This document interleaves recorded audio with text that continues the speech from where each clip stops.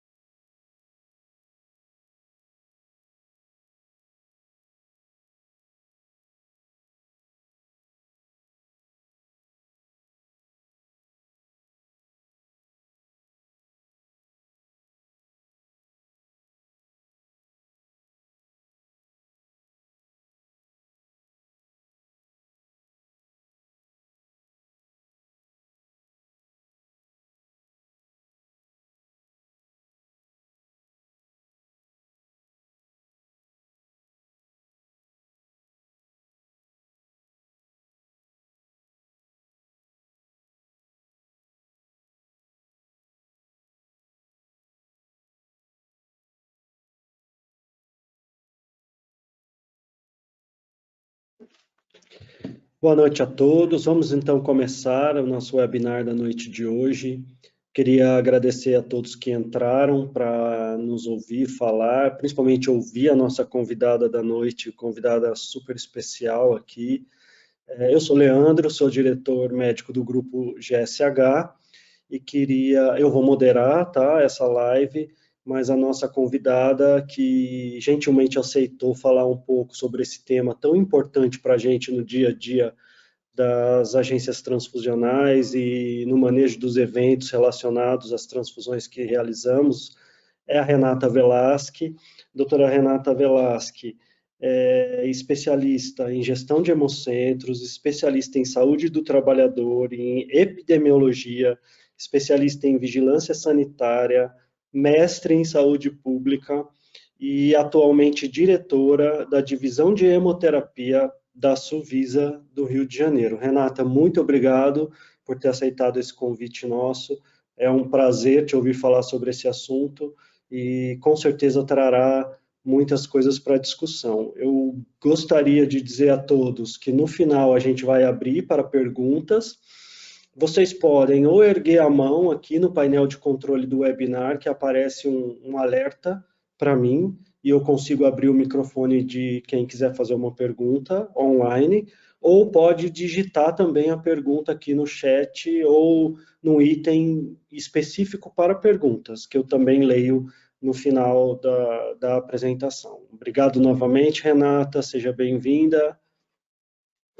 Muito obrigada, doutor Leandro. Eu queria agradecer, né, não só eu, não estou agradecendo em meu nome, mas a Superintendência de Vigilância Sanitária, a minha superintendente, doutora Adna, a minha coordenadora, a doutora Rosane Marinelli, que aceitaram prontamente o convite e me liberaram para estar aqui, entendendo que vigilância sanitária ela tem um papel fundamental na promoção de saúde e na educação, né, permanente dos serviços, né, e a gente está sempre de mão dada aqui, tentando trabalhar em prol da segurança transfusional e diminuição de riscos, né, e nada mais do que falar de hemovigilância como um instrumento importantíssimo para o desenvolvimento da segurança transfusional. E nós hoje temos algumas novidades também, tá bom? Então a gente vai falar, é claro que se eu for falar de hemovigilância, eu vou falar sobre muita coisa. Não teria tempo hábil para a gente trabalhar isso. Então, a gente recortou um pouquinho o nosso objeto para trabalhar em cima das reações transfusionais. E existem dois eixos muito importantes, né, que a gente tem que ter clareza. Quem notifica tem que ter clareza de quais as informações que ele tem que colocar na ficha de notificação, que não é um viés vinculado à questão clínica, mas sim à questão epidemiológica. E quem está analisando essas fichas, né, no Sistema Nacional, ele tem que ter um contato muito bom, um discernimento muito bom para poder esclarecer ao notificador o que é importante que ele coloque na ficha, quais são as informações fundamentais para que a notificação possa ser analisada e concluída. Então, eu sempre gosto de começar falando um pouquinho de que são perspectivas diferentes, né? Quem está notificando, muitas vezes está envolvido com a questão da clínica, da fisiopatologia, do indivíduo, e quem está analisando a ficha, está analisando esses dados a partir da epidemiologia, da ideia do nexo temporal e causal, da definição de caso. Então, quem está analisando a ficha não vai discutir com o notificador questões clínicas específicas, mas sim ele vai pegar essas informações que foram colocadas lá e ver se ele consegue enquadrar eles na definição de caso que está no manual do Sistema Nacional de Hemovigilância do Brasil, que foi publicado agora em dezembro. Então, a nossa ideia é sempre pegar essas informações e conseguir incluir elas naquilo que a gente chama de definição de caso, dentro de um padrão, para dizer se essa reação ela pode ser classificada e de acordo com a correlação específica. Então, o ciclo do sangue, quando a gente fala também da hemovigilância, o sangue tem algumas especificidades, né? Antigamente, a gente trabalhava muito com a questão somente da transfusão. Dos anos para cá, principalmente a partir de 2015, com o surgimento da Instrução Normativa número 1, a doação passou também a ser um fator importante no risco. E a gente sabe que a doação interfere basicamente também nos riscos que tem relacionados à transfusão. Diferente de quando a gente trabalha com medicamentos, você qualifica a sua matéria-prima e consegue qualificar completamente a matéria-prima. A qualificação do doador é uma coisa muito difícil, né? Então, você vai ter riscos que vão desde a qualificação do doador, que vem relacionado a onde esse doador está sendo captado, onde há questões da triagem clínica, né, que não é uma ciência muito exata, a produção, que tem riscos relacionados à produção, e a transfusão, que a gente tem relacionados à assistência ao receptor, que também vão ter riscos intrínsecos que a gente não consegue retirar esses riscos, a gente consegue tentar mitigar esses riscos através de quê? E um dos instrumentos importantes para a mitigação desses riscos é um sistema de hemovigilância forte, atuante, que vai fazer com que o seu processo de trabalho também possa evoluir de maneira significativa para a segurança transfusional. Nós não vamos falar das reações à doação, mas as reações à doação, elas são notificadas não no Notivisa. Existe uma página específica da Anvisa em que essas notificações são feitas. O Estado não tem acesso a esses dados da notificação, ele só tem acesso aos dados secundários, ou seja, compilados que a Anvisa divulga.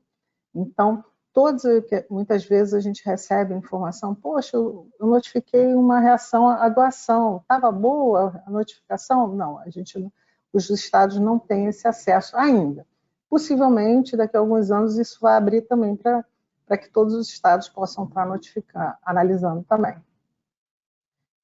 Nessa relação notificador e o sistema interlocutor que analisa, a gente sabe que tem problemas e que são problemas que uns não estão, né, na nossa governança. A instabilidade do sistema Notivisa é um problema, né, uma questão tanto para quem está notificando quanto para quem está analisando as notificações. Nem sempre a gente consegue notificar na hora que a gente tem o tempo para notificar e nem sempre a gente consegue analisar nesse momento, né? O sistema está passando por um período difícil, né? E um período que ele precisa ter uma evolução aí e um incentivo para que a gente possa melhorar o sistema. Enquanto isso não acontece, a gente vai sofrendo um pouco com essa instabilidade, mas existe uma boa vontade muito grande a nível da Anvisa, a nível dos desenvolvedores do sistema, de que isso seja rapidamente resolvido. Então, é um problema realmente. Tentar notificar e não conseguir, o sistema cair, é um problema do nosso dia a dia. Existe uma questão também que é a dificuldade no preenchimento da ficha de notificação, né? O sistema Notivisa não é um sistema muito fácil de se preencher, né? Então, às vezes, quando você coloca, você tem dúvida e clica em duas notificações diferentes, ele vai abrir duas fichas, né? A parte também de retificação também não é uma parte fácil, porque quando você vai retificar, complementar os dados de uma notificação, muitas vezes ele gera um novo número de notificação vinculado àquele primeiro. Então, é um sistema realmente, um sistema em que denota um certo tempo para que o notificador consiga conhecer as ferramentas do sistema para que ele possa ter uma segurança melhor na notificação, tá? Existem também dúvidas sobre a responsabilidade. Quem tem responsabilidade de notificar? Isso a gente já vai tirar um pouquinho à frente, porque a Instrução Normativa 196 já vem dizendo que quem tem que notificar é o serviço onde ocorreu a transfusão. Ele é o responsável pela investigação e a notificação. Eu sei que muitas vezes a gente tem serviços que não têm serviços de hemoterapia instalados, e que aí é muito mais difícil essa questão da notificação, e que às vezes o serviço produtor, ele notifica essas fichas, mas não é o correto. O correto é que esse serviço ele possa se cadastrar no Notivisa para que ele possa fazer as notificações dele, entendeu? Isso não quer dizer que esse serviço não possa colocar como interlocutor algum funcionário do serviço produtor para que ele possa fazer as notificações. E existe um novo manual, que é para o Sistema Nacional de Hemovigilância no Brasil.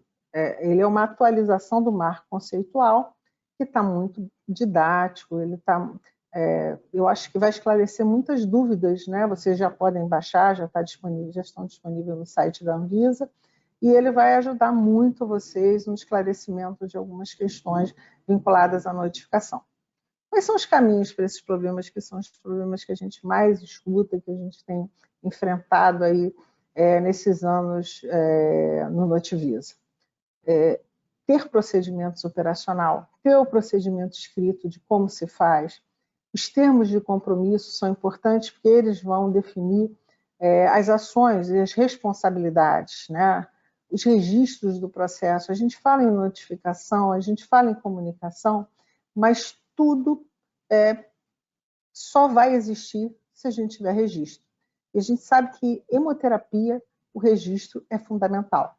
Então, ter registros no prontuário, na ficha do receptor, né, são fundamentais para que a gente possa conseguir fazer toda a investigação dos processos vinculados à hemovigilância. Treinamento, ter acesso a essas publicações, principalmente as publicações novas, e uma questão que eu acho que muita gente, principalmente do Rio de Janeiro, às vezes fica chateado, porque a gente pergunta na ficha, passou pelo comitê transfusional? Né? Então, é fundamental da gente fortalecer o comitê transfusional para as questões vinculadas às notificações, que são mais complexas, de a gente ter a opinião e ter uma análise não somente, de repente, do responsável técnico pela agência, do médico assistente, mas ter também a análise de outros pares aí, para que a gente possa suprir, né, todas as informações necessárias. Quem está do outro lado também tem problemas. São muitas vezes os mesmos problemas que vocês encaram, da estabilidade do sistema. Os dados da ficha de notificação incompletos, né? A gente vê como exemplo básico para vocês, né? Olha, teve febre, teve alteração de sinais vitais? Não. Então, você não sabe se teve febre durante a transfusão, mas não teve alteração de sinais vitais. Então, às vezes, você não tem, na descrição do caso, nenhum dado que possa subsidiar aquilo que está sendo definido como reação transfusional. Tá? Dificuldade de comunicação com o notificador. Isso é uma questão fundamental. Né? No Rio de Janeiro, a gente trabalha em dupla, né? Eu e o Márcio, fazendo toda a análise das notificações, e o Márcio fica, muitas vezes, até mais com esse contato com os notificadores. E é muito difícil, porque no login do Notivisa, quando você faz o seu login, você coloca um e-mail. E é esse e-mail que a gente abre na tela e para entrar em contato. Só que muita gente coloca um e-mail que era institucional, que já mudou, e aí você não recebe a notificação de que a tua notificação da reação, estão faltando alguns dados que são importantes. Então, isso é um fator importante, atualização dos dados, colocar um e-mail como notificador lá no Notivisa, que seja realmente seu e-mail pessoal que você vai utilizar. Existe uma questão entre o tempo de atendimento à demanda e a conclusão das fichas. Vocês vão ver que as fichas têm prazos. Vocês têm prazos para notificar e a gente também tem prazo para concluir. Então, a gente faz um contato e se vocês demoram nesse contato, a gente também perde o prazo, como vocês também perdem o prazo aí. Então, a gente precisa, e muitas vezes, algumas ações que vão advir daquela reação, elas não podem esperar tanto tempo. Então, a gente precisa que tenha esse meio de comunicação mais fácil para que a gente possa ter essa demanda e a conclusão das fichas de maneira muito mais rápida, né? A ideia é que ninguém precise retificar nada, né? Que se vocês tenham a noção do que vocês precisam incluir de informações, de dados na ficha, isso vai poupar o trabalho de vocês e poupar o trabalho de quem está fazendo a análise, e vocês vão ter uma resposta com relação ao processo de hemovigilância muito mais rápida, né, e eficiente.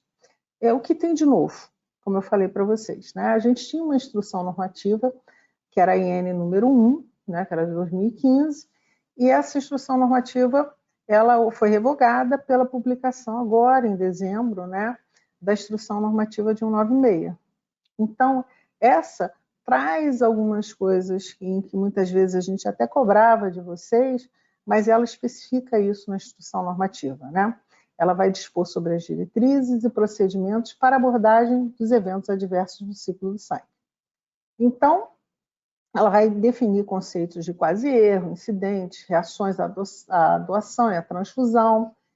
Ela estabelece que é obrigatório ter procedimentos relacionados a reações transfusionais nos serviços transfusionais. Então, o POP, o procedimento operacional, ele tem que estar presente, mesmo que seja um serviço assistencial que não tenha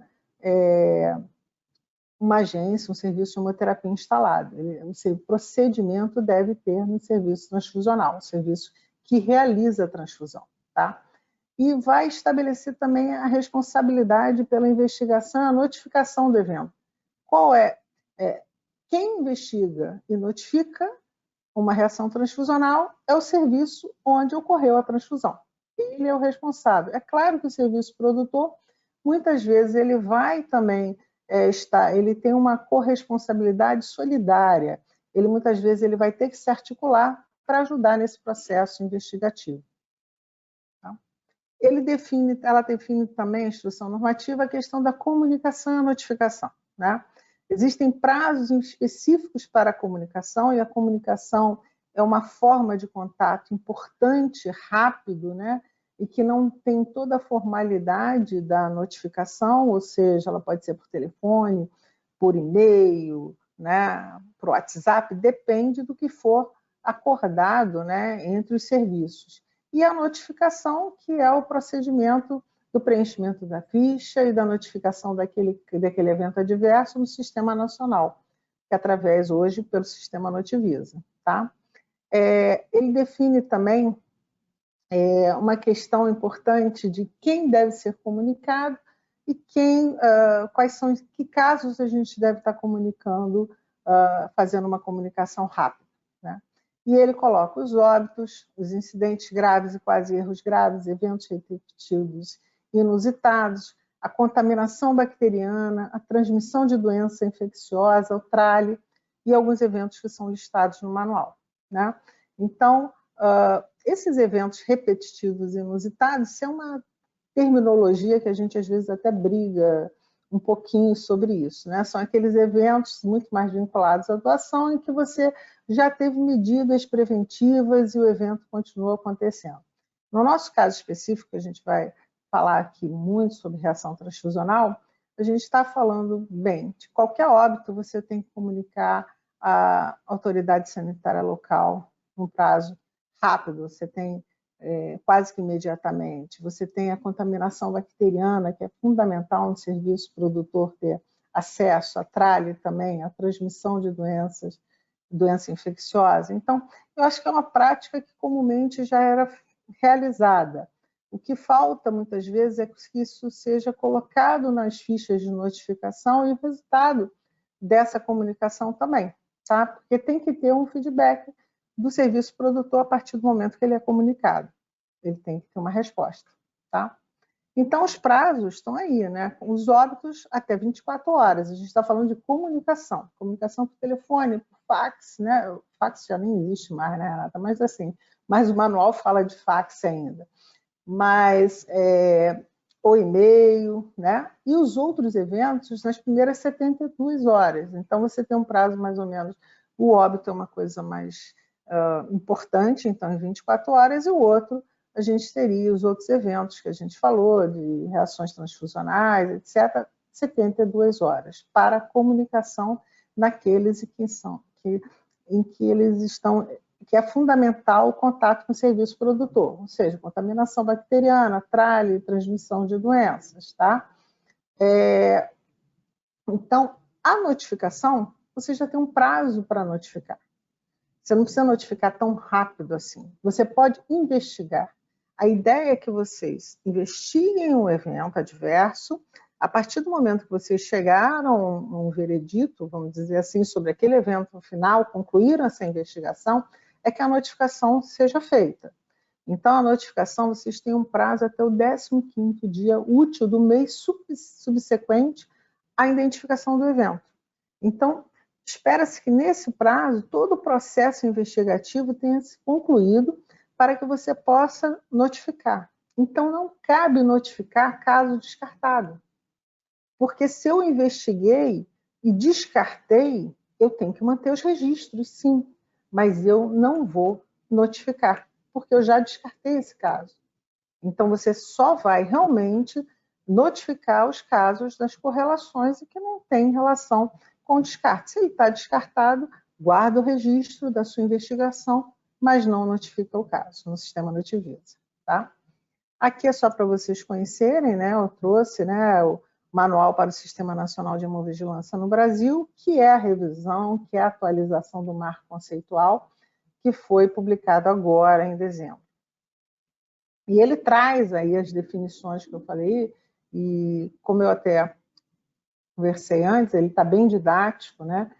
E ele traz algumas figuras importantes, legais, para que a gente possa entender o que os conceitos, não somente com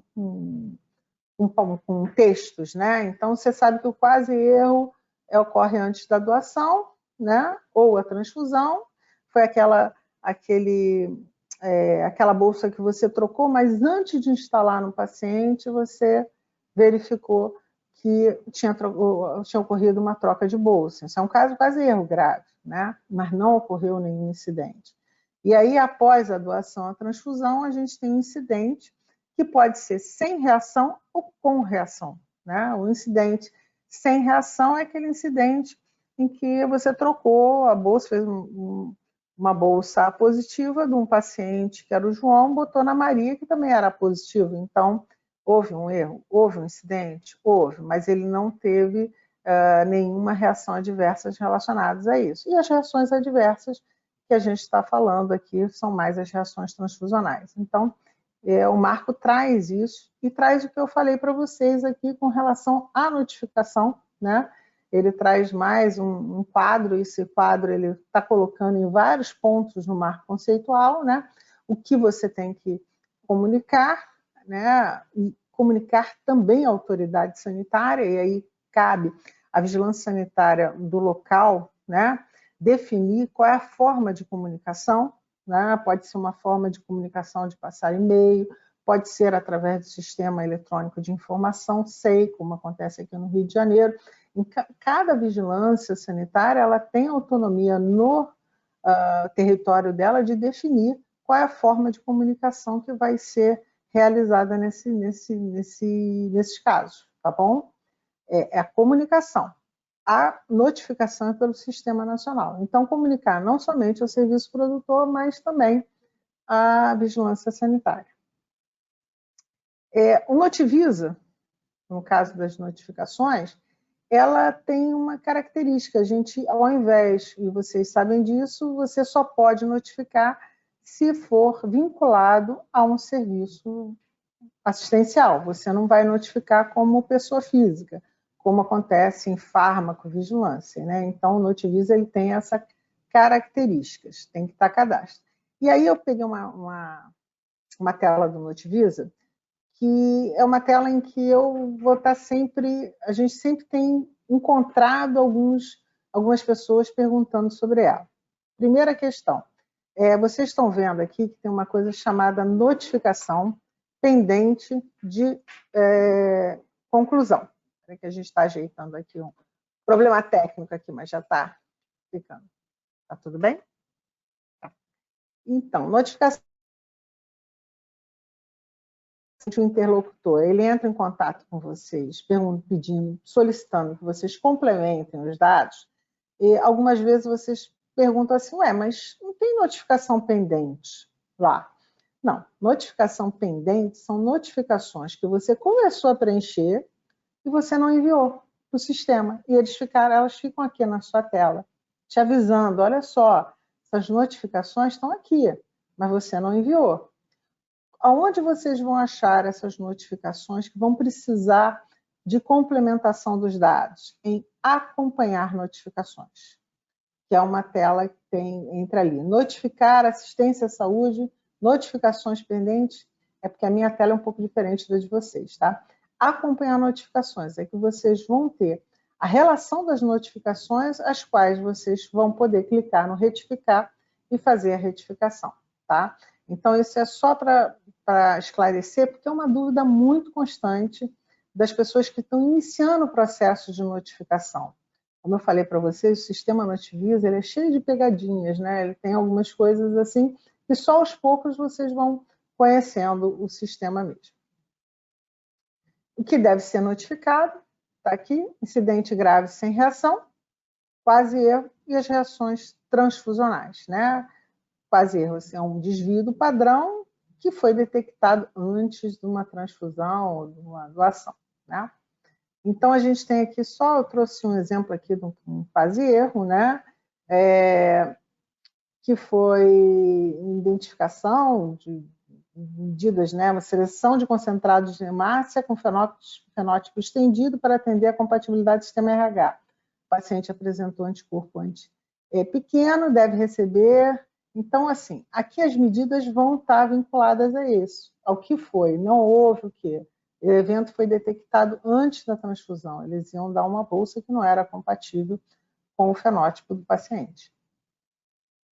Aqui outra modificação, né, da instrução normativa e do manual, que são os tipos das reações. Vocês vão ouvir muito mais falar dos eventos sentinelas, das reações transfusionais sentinelas, que é o óbito, né? O óbito, ele tem que ter uma característica muito forte de ser óbito, né? Porque ela não é o paciente pode ir a óbito, mas não ter relação com a transfusão. Então, isso tem que ter uma sensibilidade boa aí para poder notificar o óbito como óbito, ou porque às vezes o paciente evolui pela doença de base.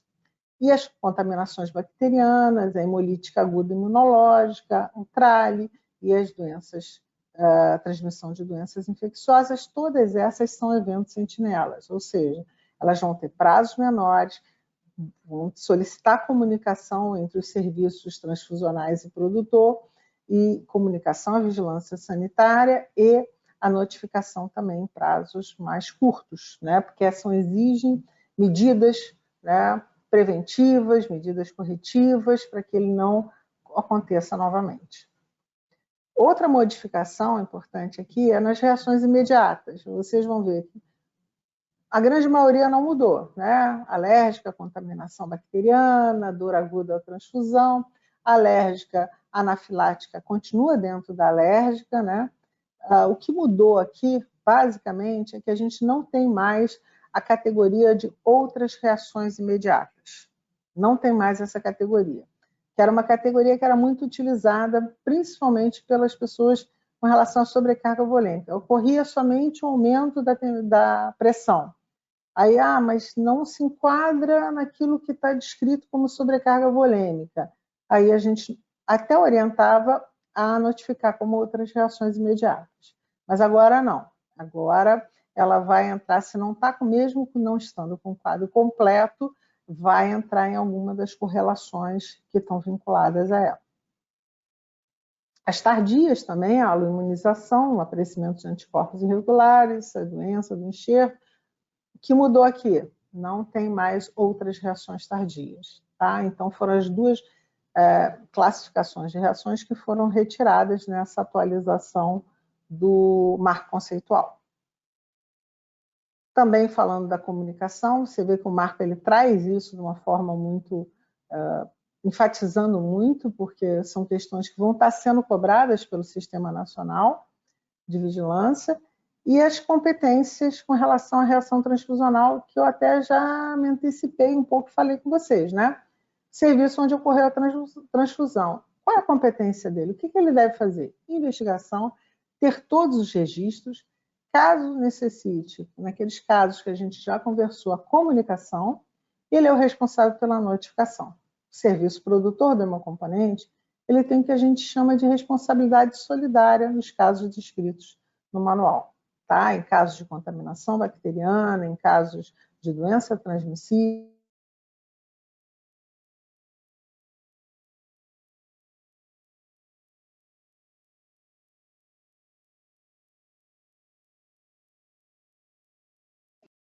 Renata, eu parei de ouvir o teu som.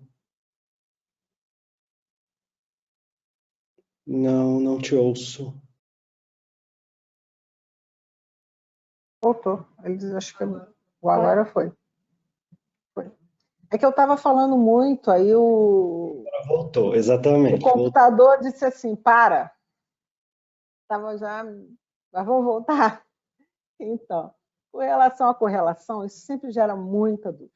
E aí o novo manual ele traz uma questão assim, para ajudar essa definição entre confirmada, provável, possível, improvável, inconclusiva e descartada, né? Que é confirmada é aquela que é, né? Quando a investigação concluiu que é.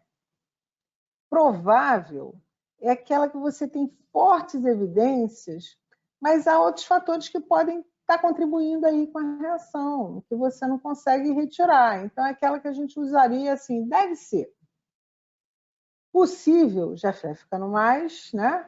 Você tem o vínculo temporal, você tem até algumas evidências clínico-laboratorial, mas que estão também levando o quadro para outras causas. Então, você pode falar assim, pode ser a reação transfusional.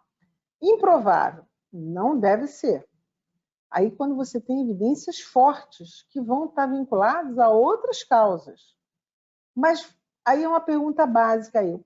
Posso excluir a reação transfusional? Eu posso excluir a transfusão como uma das causas? Se, apesar de tudo, eu não posso excluir, eu posso até colocar como improvável, tá? Não é muito comum a gente ter notificações como improvável. Normalmente, uma investigação bem feita, a gente consegue ir até no possível. Inconclusiva é quando a investigação você não encontrou evidências suficientes que possam te dar segurança de que foi uma reação transfusional ou te dar segurança para dizer realmente não teve relação com a transfusão. Também são os casos talvez mais complexos. Lembrem, colocar como improvável, colocar como inconclusiva, é fundamental que o comitê transfusional tenha analisado esse dado aí, essa reação, para poder corroborar com isso, porque tem que ser uma coisa assim bem construída no nível de investigação para que a gente possa ter essa correlação fechada. Descartada. Ora, se você fez toda a investigação e você chegou à conclusão que ela é descartada, você não vai notificar. Muitas vezes, o que pode acontecer é que, no caso de uma doença transmissível, você não consiga concluir toda a investigação num período de 15 dias, né, do mês subsequente, que você precise de mais tempo, e você notifica, e aí você depois pode chegar à conclusão de que aquilo não houve a transmissão da doença e aí descartar. Mas, normalmente, se você, ao terminar a investigação, que é a primeira coisa que tem que ser feita antes da notificação, você chegou a essa conclusão que não notifica. Guarde os registros, é importante guardar os registros da sua investigação, mas a notificação não deve ocorrer. E o manual traz um lembrete importante, que é isso assim, eu não preciso ter todos os critérios que vocês estão vendo ali numa reação, olha, tem que ter febre, tem que ter tal, tem que estar com tantos graus, eu não preciso ter aquele quadro clássico, né, para você poder fazer a notificação, né, mas notificar uma transfusão descartada não deve ser feita, tá? Então, a suspeita da reação, se você tem algum quadro ali que pode corroborar com aquela reação, com aquela classificação da reação, aí você vai notificar dentro da correlação adequada.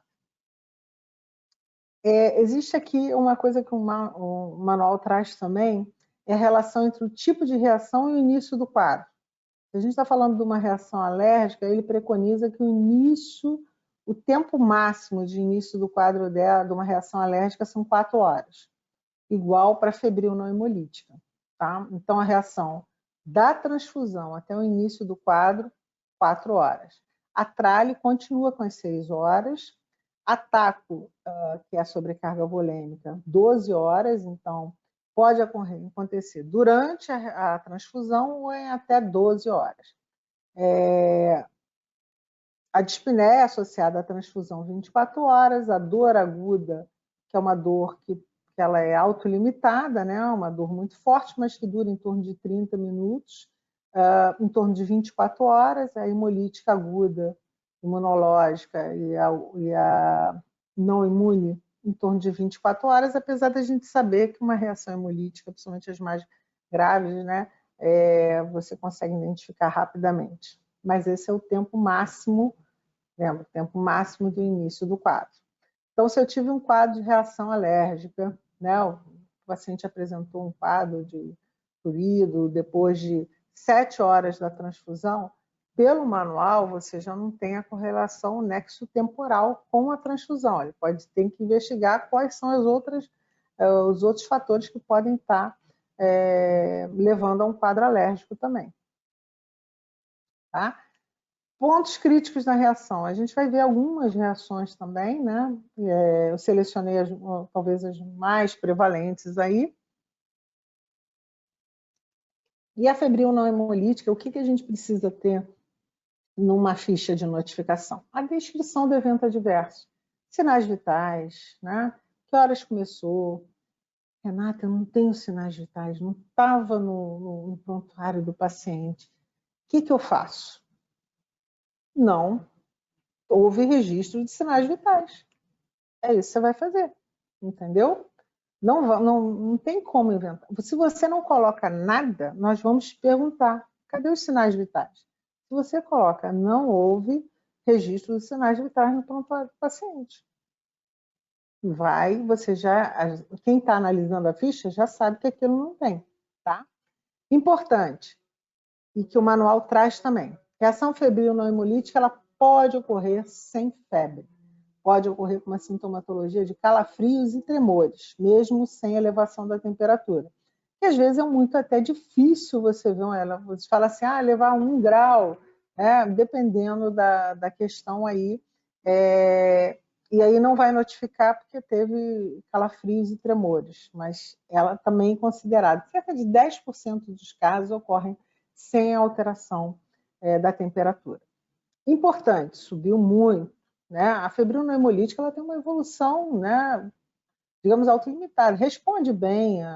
E aí, na ficha, eu tenho que ver quais são as medidas que eu tomei.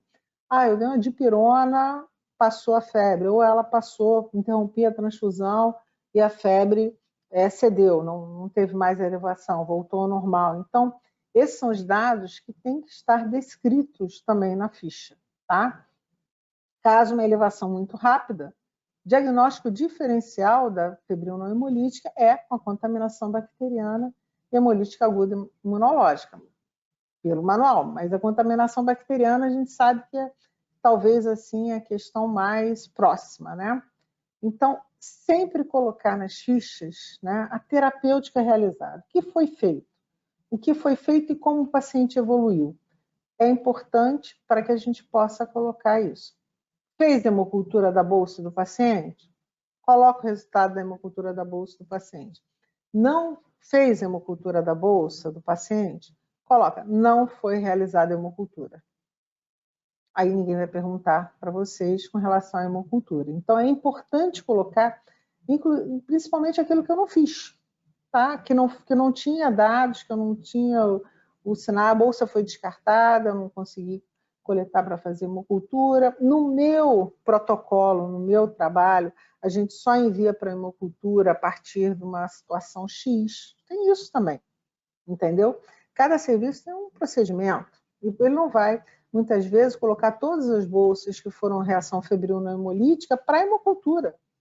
Né? Ele vai definir, olha, eu quero que se houver um caso com alteração X de até tantos, vamos encaminhar com a suspeita da contaminação bacteriana, eu vou encaminhar para a hemocultura. Entendeu? Os outros casos, não. Mas a terapêutica, e quando a gente fala de medidas adotadas, não pode ser, olha, simplesmente vou colocar filtro nas bolsas e pronto. Né? Então, a gente tem também o que foi feito com relação a isso. Qual foi medicamento ou não, tá? A contaminação bacteriana, e aí, mais uma vez eu falo, olha, suspeitou de contaminação bacteriana, tem que comunicar ao serviço produtor. De que forma eu comunico? Não sei. Você vai acordar com o seu serviço produtor. pode ser pelo telefone, pelo WhatsApp, mas tem que ter o registro dessa comunicação. Por quê? O serviço produtor, ele tem que identificar os componentes dessa doação, né, e começar a bloqueá-los e, pelo novo manual, até fazer a hemocultura desses componentes, para que possa ser liberados ou não, tá? Então, é importante incluir a informação se foi ou não. Ah, eu posso? Gente, mas a bolsa jogaram fora e tudo, eu estou suspeita, não fiz a hemocultura da bolsa. Coloca, se você está suspeitando da contaminação bacteriana, você vai informar que não foi feito, tá? Então, aí tem um quadro que ela pode ter tremores, calafrio, hipotensão, taquicardia, e sempre vem tudo direitinho como a gente espera, né? Como está escrito aqui. O aumento da temperatura acima de 38, né? Pelo menos 2 graus, mas às vezes isso, infelizmente a transfusão ela é feita em pacientes que às vezes já têm um quadro, né, infeccioso, já estão cursando com febre, então às vezes essa situação fica um pouco mais complexa. E aí ele traz um quadro, um manual que eu achei que foi um quadro assim, muito trabalhado e muito até discutido, né, na época da revisão, em que foi colocado essa dificuldade da gente poder fazer a correlação com relação à contaminação bacteriana, né? Então, você tem, se tem casos que podem ter com manifestação clínica ou não.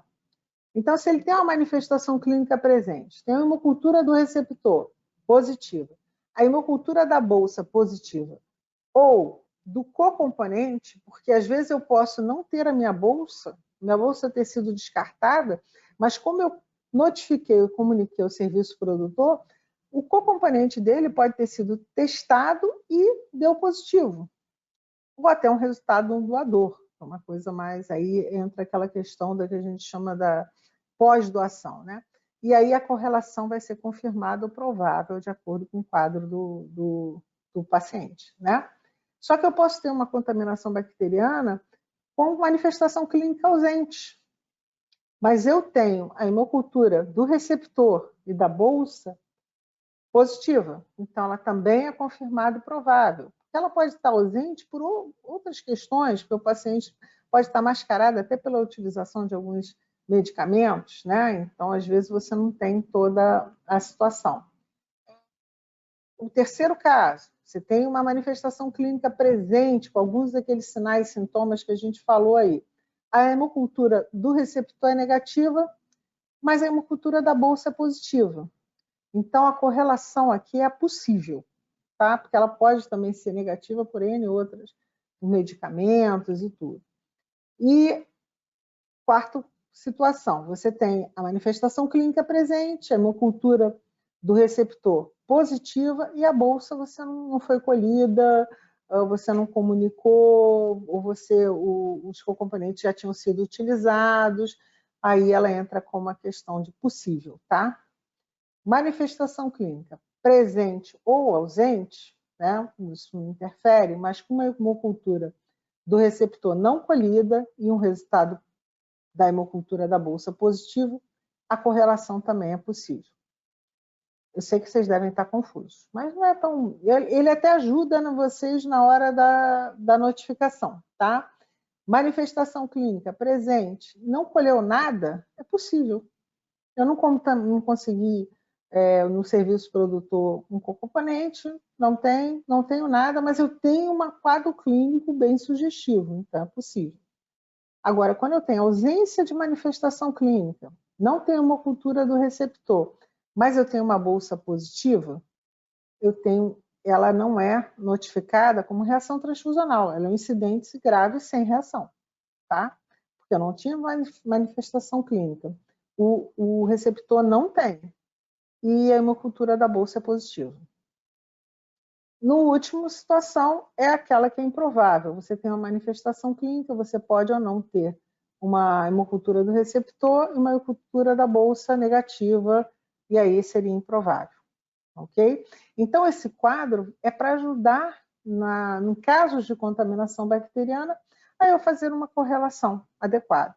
Lembrando que vocês fazem a correlação, mas a gente também faz a nossa correlação em cima da correlação de vocês. tá?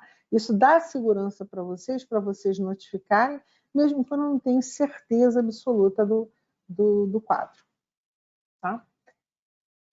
Isso eu coloco sempre, né? Comunicar ao serviço produtor se ele investigou, né, os componentes e qual foi o resultado dessa comunicação também. Com relação à outra, né, a TACO, a sobrecarga volêmica, ele tem um diagnóstico diferencial mais forte com a trale, né? Ele tem um quadro de dispneia, aí só colocar na ficha de dispneia, não, tem que ter o grau da dispneia. Houve necessidade de suporte? Não. Raio-X realizado. O raio-X é sugestivo com uma imagem de edema agudo de pulmão? Aí entra balanço hídrico. Tem. Se não tem, não tem balanço hídrico disponível. Só coloca essa situação. Registro de sinais vitais, o tempo de infusão em caso de sobrecarga volêmica, ele é importante, né? Porque a gente sabe que tem uma relação importante com o tempo de infusão. Registro do início dos sinais e sintomas também, porque vocês já viram que tem prazos, né? E resumo do quadro clínico prévio, quais são os fatores de risco para ataque que ele tem. E qual foi a terapêutica que foi utilizada? Com a terapêutica, ele teve uma evolução positiva? Então, esse quadro tem que estar sempre nas fichas de notificação. É só um exemplo de um quadro de TACO, né? Que muitas vezes a gente pega das fichas aí, né? Paciente com quadro infeccioso, de joelho, apresentando derrame pleural e dispneia. Apresentou piora da dispneia durante a hemotransfusão, sendo medicado, aí botou a medicação após a interrupção da transfusão. E eu não sei mais nada. Entendeu? Então, a gente precisa da história contada para que a gente possa ter fechar com a correlação adequada. Então, nos casos de TACO, a gente tem que ter esse cuidado. Trale, né? Trale é uma das notificações que tem que comunicar ao serviço produtor, né? Ela ocorre em 6 horas, ela apresenta também uma dispneia, né? Pode apresentar hipotensão e hipertensão, em alguns casos pode chegar a cianose. A imagem é normalmente um infiltrado pulmonar bilateral, ela não tem evidência, não tem relação com a sobrecarga circulatória, tá? Então, a terapêutica para sobrecarga circulatória muitas vezes não funciona com a trale. E aí o Marco, o manual, ele traz algumas coisas importantes sobre trale que eu acho que deixa até muito mais fácil para vocês, né? Ela define o caso, fala que é hipoxemia. Eu tenho PA2? Não tenho dados? Como é que foi a saturação de oxigênio? Quais são as outras evidências, né? A parte do infiltrado bilateral não tem relação, não vai ter evidência nenhuma de hipertensão arterial esquerda, ou seja, não vai ter alteração de sobrecarga, né? E aí ele ainda coloca algumas questões que podem ser consideradas como possível trale, né? Lesão pulmonar direta, como aspiração, pneumonia, inalação tóxica, e lesão pulmonar indireta, ou seja, sepsis, choque, trauma. Então, ele define essa possível trale, né? A presença é um fator de risco importante para essa lesão. Então, nesses casos específicos, você pode ter uma correlação aí entre possível, né? Se você tem esse quadro. Então, ajuda na confirmação, né, da correlação a ser utilizada para trás. Lembrando sempre, né, pode ser, deve ser, toda essa parte aqui nos critérios que vão estar definidos ali. Então, a gente tem, só como exemplo, que eu trouxe alguns exemplos para vocês, né? O paciente recebeu às 19h20 às 21 horas, evoluindo na manhã do dia seguinte com a piora do padrão respiratório, crepitações pulmonares, tomografia mostrou derrame pleural bilateral, raio-x do tórax com padrão de condensação, já estou acabando. Foi feito, então, suporte ventilatório, então você tem aqui, mas falta ainda, né? Aí vem derrame pleural, edema agudo de pulmão, que está descrito muito na tralha, edema agudo de pulmão. Então, são questões que devem estar bem mais explicadas, né? Lembre-se, quando a gente fala de tralha, né, o serviço produtor ele tem que ser comunicado. Por quê? A responsabilidade dele vai identificar o doador, né, investigar se tem outros casos de tralha relacionados a essa do doador e vai tomar as medidas restritivas ao doador. Pode ser inapto, né, o doador a mulher, etc., multípera, a gente sabe disso, né.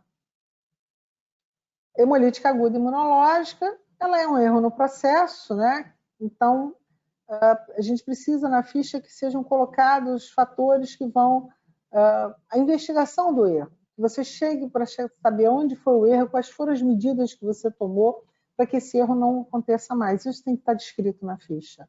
Tá? E muitas vezes envolvendo também, todos esses casos que a gente chama de eventos sentinelas, tem que envolver o comitê transfusional. Tem que fortalecer o comitê transfusional para dar respaldo, inclusive, para vocês na hora da notificação e de fazer a correlação, tá? Então, a evolução também, aí tem o quadro da hemolítica aguda, no manual está bem descrito esse quadro, tá? Aqui a gente tem aquilo que eu já falei, que quando não tem reação, você tem um incidente grave sem reação, né? Aqui é um quadro que veio com reação, ansiedade, calafrio, dispneia, dor lombar e febre, né? E vocês veem que falta ainda algumas informações aqui que são necessárias. A imunização, né? É uma reação tardia. Então, os anticorpos que o manual traz, que são anticorpos que devem ser obrigatoriamente notificados, são esses aí, mas ele pode notificar qualquer outro anticorpo, não tem relação. Esses é obrigação, mas pode notificar os outros. É considerado moderada, então a correlação de gravidade é moderada, ela deve ser feita independente do momento da identificação. Isso é uma coisa importante. Mesmo que a identificação seja nos testes pré-transfusionais, você deve notificar, desde que tenha uma história de transfusão anterior, prévia, que pode ter sido ocorrida até em outro serviço, tá? Então, mesmo nos testes pré e pós, tá? A existência do TAD, né, o teste de combos direto positivo, isoladamente não significa reação. Né? Então, só ele como quadro, como critério para notificar não basta. É importante a gente, é isso aí que eu já falei para vocês, né, que acho história, já coloquei, e estou acabando. Transmissão de doenças infecciosas. Aqui a gente não vai até nem falar muito, né, porque isso é retrovigilância, eu diria que seria outra aula de retrovigilância. A retrovigilância é bem complexo, a gente só vai dar a ideia com relação à notificação como reação transfusional, porque ela é o fim, né? Essa fonte de infecção, a partir do momento que você tem do receptor que chega com a história de uma possível infecção, né? Sem que tenha tido uma reação, uma transfusão prévia naquele local, tem que se investigar essa transfusão, né? Tem que se identificar, e aí a integração entre o serviço produtor e o serviço transfusional é fundamental, porque tem que ter os registros, né? Eu tenho que ter registro da bolsa, o registro que a transfusão realmente ocorreu, né? Para que eu possa passar para o serviço produtor as bolsas que foram transfundidas, para que ele possa fazer todo o processo de retrovigilância. Essa doença, transmissão de doenças infecciosas, ela normalmente fica no notivis aberto um tempo maior, porque esse processo de investigação, esse processo de retrovigilância, principalmente pelo serviço produtor, às vezes pode demorar um pouco mais. Então, mas é fundamental que esse processo ela ocorra e que seja registrado, né? Que o serviço produtor foi comunicado na data tal. Tá? Isso eu coloquei. Acho que ficou duplicado. Então, gente, eu procurei cumprir meu tempo, meu horário, né? Eu queria agradecer mais uma vez, em nome da Superintendência de Vigilância Sanitária, da coordenação e da direção de hemoterapia, de estar aqui. Coloco sempre à disposição de vocês. Eu acho que Esse é um grande papel e a gente pode construir juntos, melhorando a hemovigilância, a gente melhora a segurança transfusional. Eu não acredito que eu não tenha conseguido, e tenho certeza, não abordei todas as questões das reações transfusionais, mas eu acho que aqui é o primeiro degrau. Sugiro que vocês baixem o manual, que vocês imprimam o manual, leem com cuidado o manual para refazer não somente os seus procedimentos operacionais, mas eles vão ajudar muito vocês em casos aí em que vocês estejam com dúvidas, né? Ele está bem didático mesmo. Tá? E a gente está aqui, eu, Márcio, sempre à disposição de vocês. Tá bom? Muito obrigada. E estou aberta aí a responder as perguntas aí. Excelente, Renata, muito bom.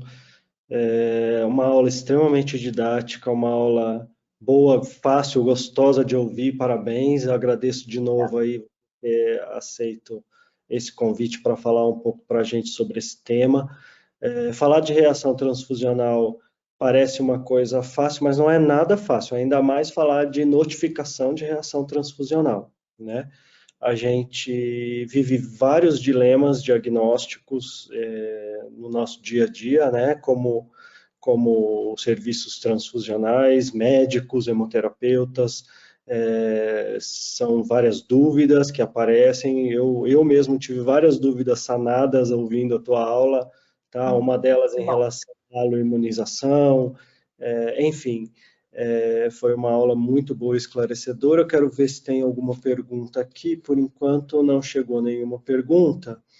Eu vou te fazer uma pergunta enquanto isso, que você mostrou uma tabela de correlação de tempo, né, que cada reação transfusional deve ser levada em consideração para se fazer o diagnóstico de cada reação transfusional. Mas essa tabela, ela não é estanque, ela não é taxativa, né, Renata? É uma sugestão ou o sistema Notivisa considera essa tabela como definidora de ou não é a reação transfusional?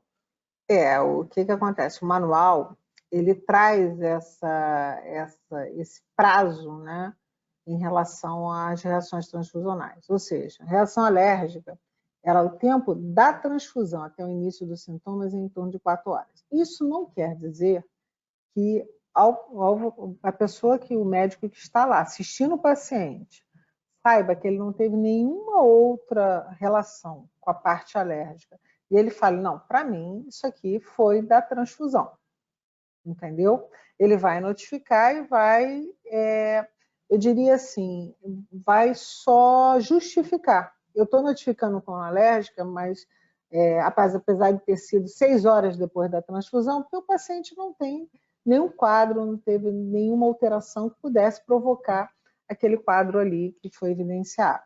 Isso para, digamos assim, é um marco, né?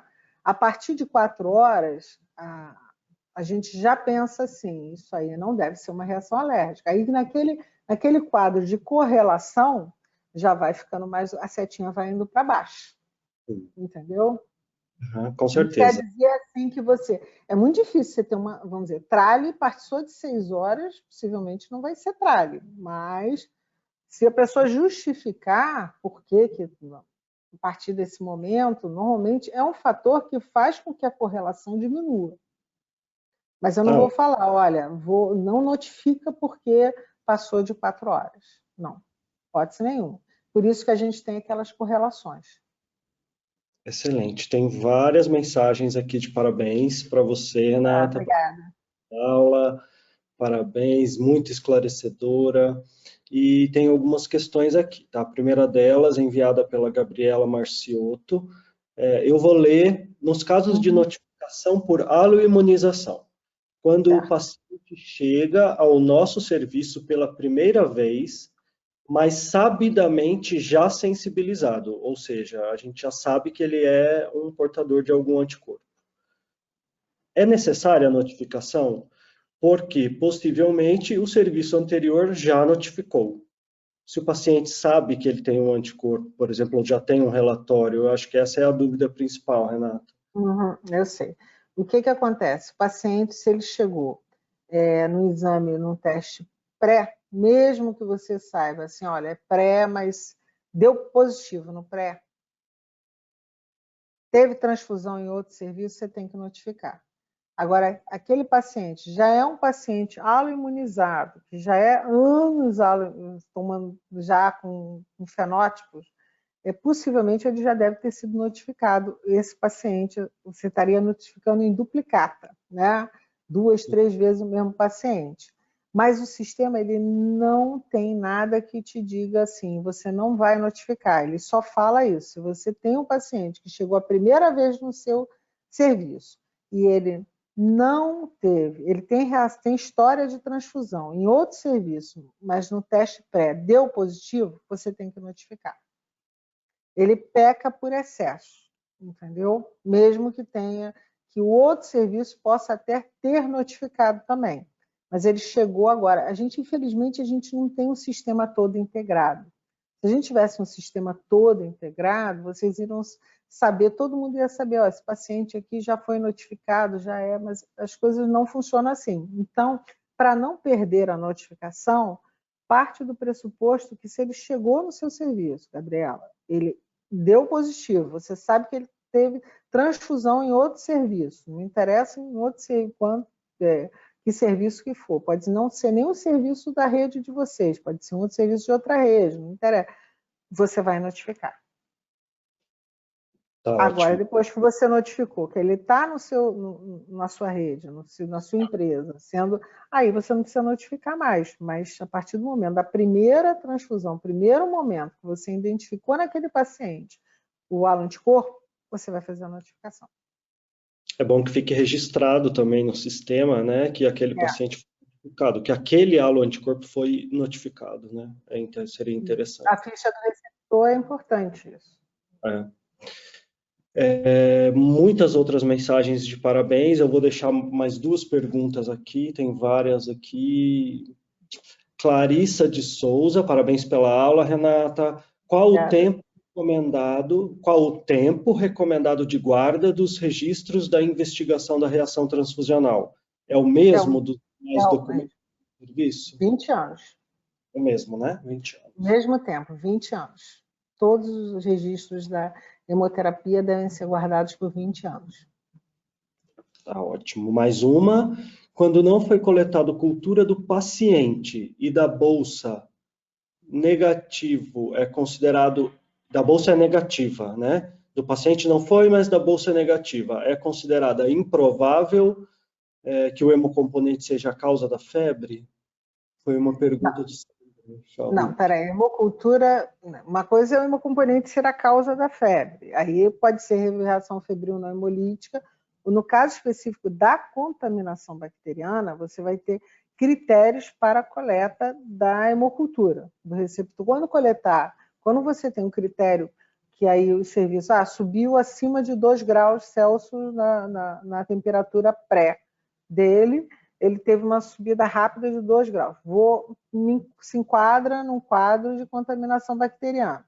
Suspeito. Aí sim, vou colher cultura do receptor e da bolsa. No caso, ele diz que não foi colhido o quê? Não foi colhido do paciente e da bolsa é negativa. Olha, se da bolsa é negativa e não foi colhido do paciente, é uma coisa que você vai ter mais como possível, tem que ter o quadro clínico dele, porque ele entra naquela de hemocultura do receptor não colhida e da bolsa não colhida. Então, assim, pode ser possível, mas vai depender do quadro clínico dele. Mas isso para contaminação bacteriana. A reação febril não hemolítica, não. Tá? Você necessariamente... Para confirmar uma febril não hemolítica, pode ser até falar, eu quero confirmar ela com critério laboratorial e clínico, eu vou coletar a hemocultura do receptor e da bolsa. Tudo negativo, uma febre que não tenha relação com o quadro clínico do paciente, né? E que ocorreu dentro daquele nexo temporal, eu confirmo como reação febril não hemolítica. Então, a hemocultura do receptor e da bolsa, ele me ajuda na correlação também da febril não hemolítica. Mas no caso específico aqui da contaminação, ela vai depender do quadro clínico do receptor. É porque uma entra como diagnóstico diferencial da outra, né? É, elas estão interligadas. Tá bem, pessoal, a gente está no limite aqui do nosso tempo. Tenho mais algumas perguntas aqui, mas a gente não vai ter tempo agora para continuar, tá, Renata? De novo, eu quero te agradecer a aula excelente e a disponibilidade de estar falando para tanta gente aqui. Ó, a gente somou mais de 150 participantes ao longo Poxa, que bom. do webinar. Foi ótimo, tá? Uma participação excelente do público. E é isso. Pessoal, boa noite a todos também. Eu agradeço todos os participantes, agradeço a equipe que organizou o webinar e tenho certeza que a Renata está à disposição também de quem precisar, de quem quiser conversar, tirar alguma dúvida.